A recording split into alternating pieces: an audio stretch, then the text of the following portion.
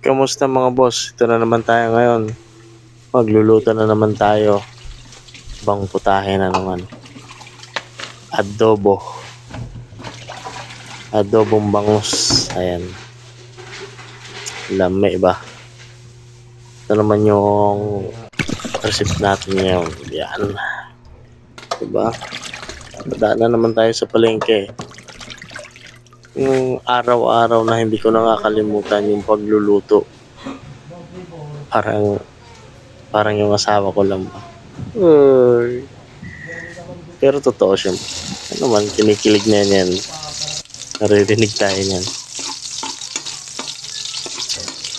Pagluto natin araw-araw yan. Pagluluto ko talaga yung ganyan kong kamay. Kasi mga followers ko dyan na mga nagsasawa na manood sa video ko, okay lang. Sa mga hindi naman nagsasawa, sige lang, maraming salamat sa suporta. Ito yung nagustuhan kong content, yung pagluluto. Kaya maraming salamat sa inyo ng mga sumusuporta pa rin, walang sawang sumusuporta. Magluluto at magluluto pa rin yan si Boss Bal. Ay yung mga natin, sangkap. Lalagyan natin ng mainit na tubig para mas mabilis kumulo. Ginawa ko kasi dyan, yan, tinimplahan ko muna bago ko ilagay yung isda. Kasi yung isda, mabilis malambot lang yan. Bilis lang yan lumambot. Kaya kailangan dyan, lagyan muna timplahan muna natin. Yan din ang asukal.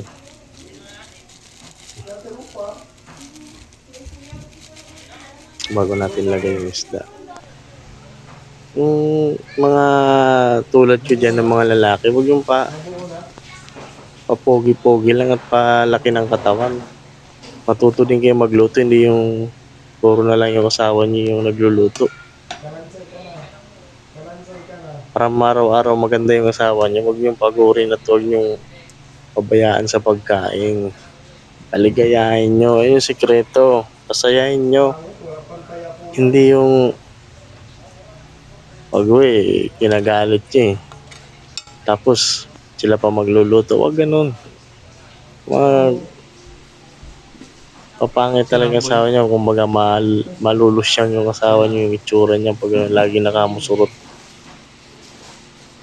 Laging nagsasalubong yung kilay.